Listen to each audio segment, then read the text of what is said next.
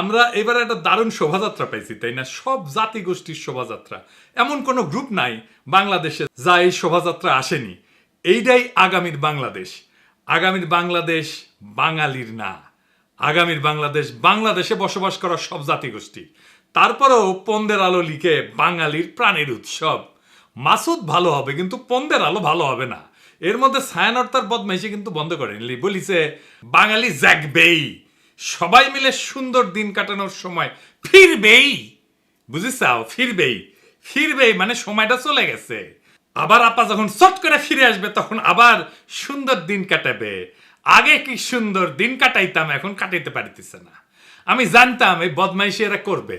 ছায়ানট ভালো হইতে পয়সা লাগে না। ছায়ানট ভবনে গেলে ছাগলের খোয়ার বানাবো, চামেচি কোণে আওয়ামী বয়ান ফেরি করলে।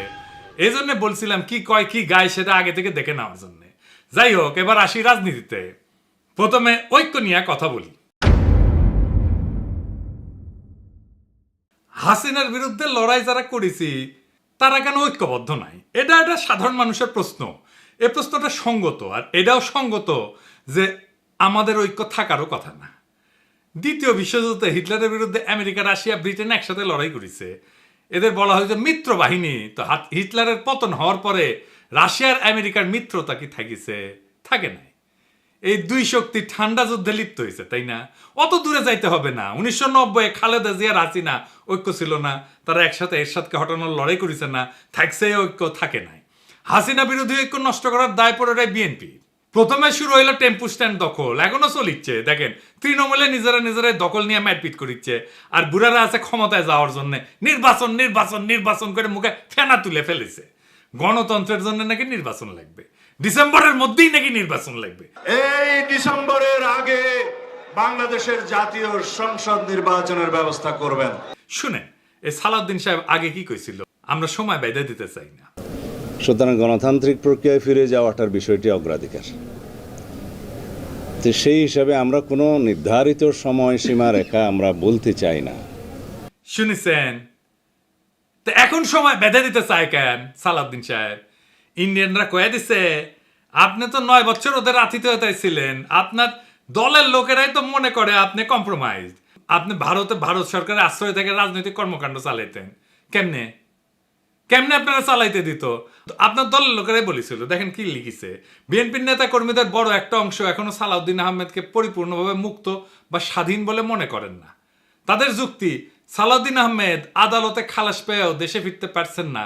তিনি দীর্ঘ 9 বছর ধরে ভারতে আছেন। সেখানে কতটা প্রভাব মুক্ত থেকে তার পক্ষে শক্ত রাজনৈতিক ভূমিকা পালন করা সম্ভব তা নিয়ে অনেকের মধ্যে সংশয় আছে। ভারতে যখন উদ্ধার হয়েছিলেন তখন আপনার দেওয়া স্টেটমেন্ট নিয়ে বিবিসিও সন্দেহ করেছিল।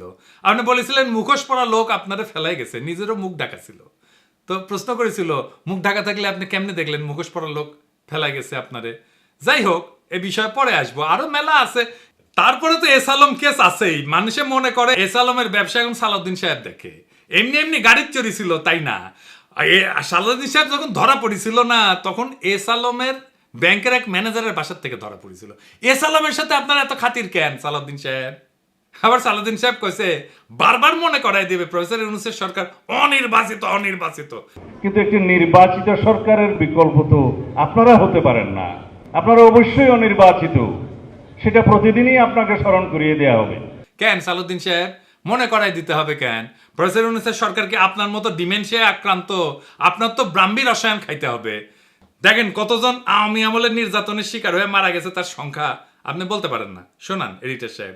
প্রায় 2600 কতজন আমার ঠিক মনে নাই, মোর দেন 2600 রাজনৈতিক নির্যাতনের শিকার হয়ে আওয়ামী সন্ত্রাসীদের হাতে এবং সরকারি বাহিনীর হাতে নিহত হয়েছে। প্রধান রাজনৈতিক দলের প্রধান মুখপাত্র, যার রাজনীতি করা ছাড়া আর কোনো কাজ নাই, সে শহীদের সংখ্যা ভুলে যায়। শুধু শহীদের সংখ্যা ভুলে যাওয়া না, 24-এর বিপ্লবকে বিপ্লব বললে স্বীকার করতে চায় না। শুনেন, এই সালাউদ্দিন সাহেব এর আগে কতবার এই আগস্ট বিপ্লবকে বিপ্লব বিপ্লব বলিছে। দেখেন কক্সবাজার আরও 2 সন্তান এই জুলাই আগস্ট বিপ্লবে শহীদ হয়েছে। দেখেছেন? আরো দেখেন, জনগণ তাদের গণতান্ত্রিক অধিকার ফিরে পাওয়ার জন্য এই গণবিপ্লব সংগঠিত করেছে। দেখেছেন? আরো আছে দেখেন।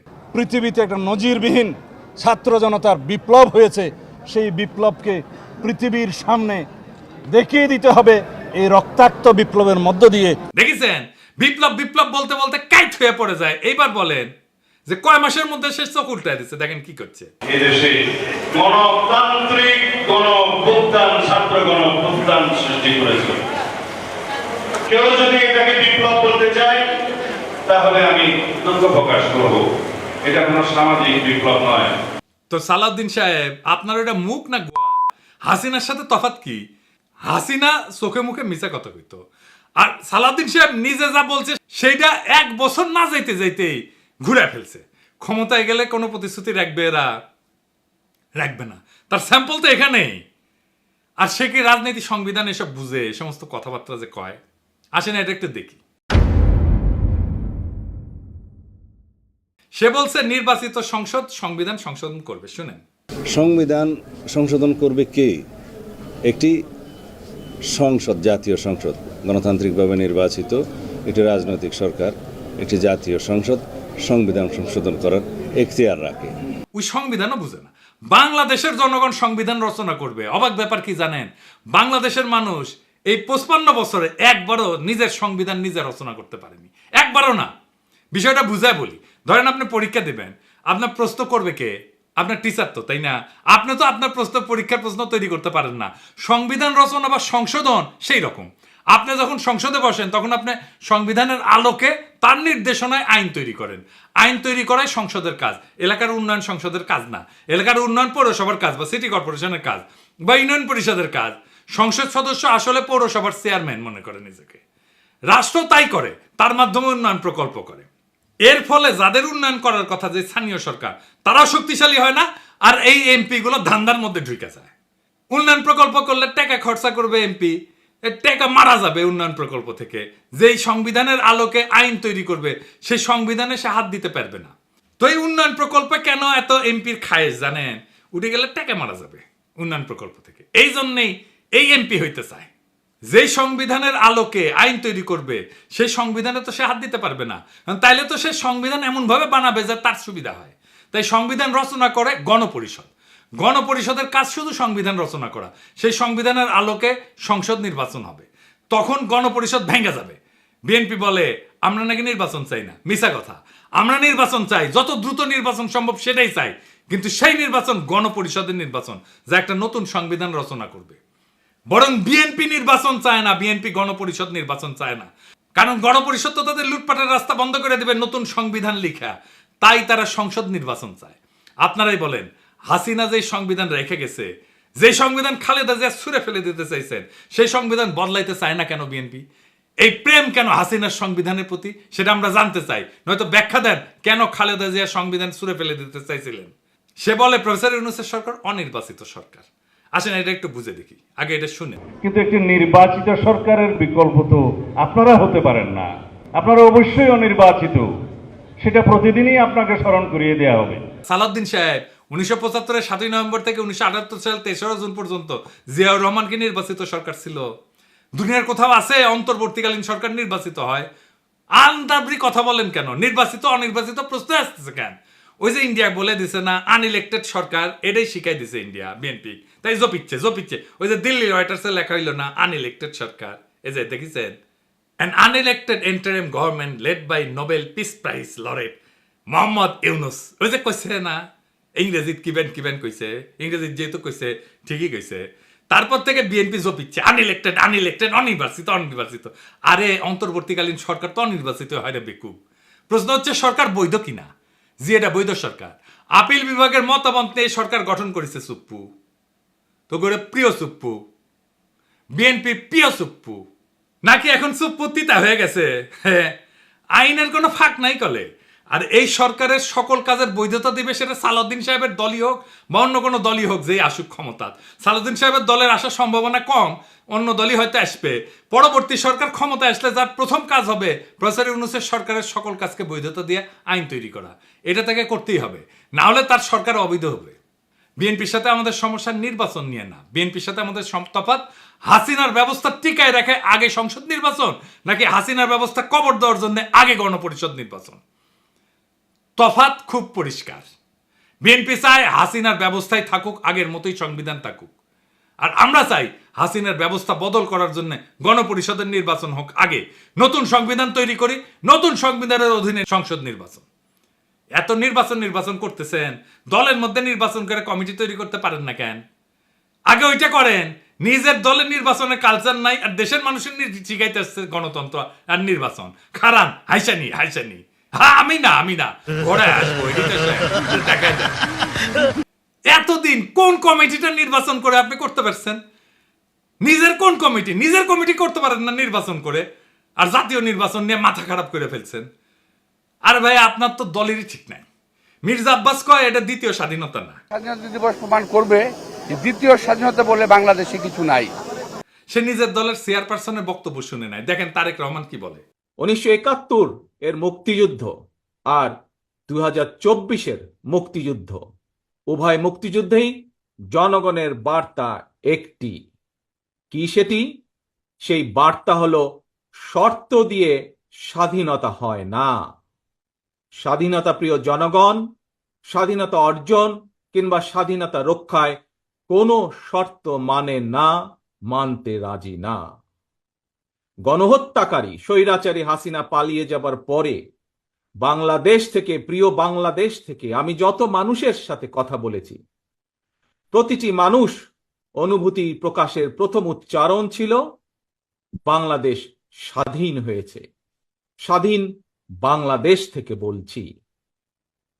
দেশ এবং জনগণকে স্বাধীন করতে গিয়ে চোখে মুখে বুকে গুলি আলিঙ্গন করা আবু সাইদ কিংবা মুগ্ধের মতন হাজারো ছাত্র ছাত্রী, তরুণ তরুণীকে প্রাণ বিসর্জন দিতে হয়েছে। শুনেছেন? এই দলের প্রধান নেতা বলে এক কথা, আর স্থায়ী কমিটির নেতা সারিন্দা বাজায় আর এক। এই দল দেশ চালানোর মতো লায়ক হয়েছে? আগে নির্বাচন দিয়ে কমিটি বানান, দেখি কেমন গণতন্ত্র এখানে, তারপরে দেশের গণতন্ত্রের ঠিকা নিয়েন। আপনি আসরি ধর্ম পরের শিখাও। ওই যে পরীক্ষার কথা কইছি না, নিজের প্রশ্নপত্র নিজে বানানো যায় না, বানাবে টিচার। গণপরিষদে হইতেছে সেই টিচার যে জনগণের হয়ে প্রশ্নপত্র তৈরি করবে, সংবিধান রচনা করবে, তারপর সেই সংবিধানের আলোকে সংসদ নির্বাচন হবে। এটা হইল জনগণের মালিকানা। আর আজ যারা বলে আগে সংসদ নির্বাচন দরকার, তারা আসলে হাসিনার পুরানো খোলা খাতা দিয়ে আবার পরীক্ষা নিতে চায়, যে খাতায় শুধু দুইটা প্রশ্ন থাকে, লুটপাট আর গোলামি। আমরা চাই নতুন খাতা, নতুন প্রশ্নপত্র, নতুন পরীক্ষা, যার নাম হইল গণপরিষদ নির্বাচন। এই নির্বাচন হবে নতুন দিনের জন্য, নতুন সমাজ গঠনের জন্য, যেখানে জনগণ নিজের হাতে সংবিধান লিখবে, নিজের শাসকের হিসাব চাইবে। সংসদ না, আগে লাগবে গণপরিষদ। নির্বাচন চাই, কিন্তু সেই নির্বাচন যেটা হাসিনার ব্যবস্থাকে কবর দিয়া ভবিষ্যতের বাংলাদেশকে জন্ম দেবে, সেই নির্বাচন চাই। এটাই হইল লড়াইয়ের মূল, এটাই হইল বিপ্লবের আকাঙ্ক্ষা, 24-এর বিপ্লবের আকাঙ্ক্ষা। এটাকেই আমরা বাস্তবায়ন করতে চাই। আর আপনারা বিএনপিরা সেই বিপ্লবের আকাঙ্ক্ষার সামনে পাহাড়ের সমান বাধা হয়ে দাঁড়ায় আছেন। এই বাধা আমরা মানব না। এই বাধা কিভাবে সরায় দিতে হয়, এই বাধাকে কিভাবে পরাজিত করতে হয়, সেইটা আমাদের জানা আছে। সেটাও টাইম মতো দেখে নেবেন। ইনকিলাব জিন্দাবাদ।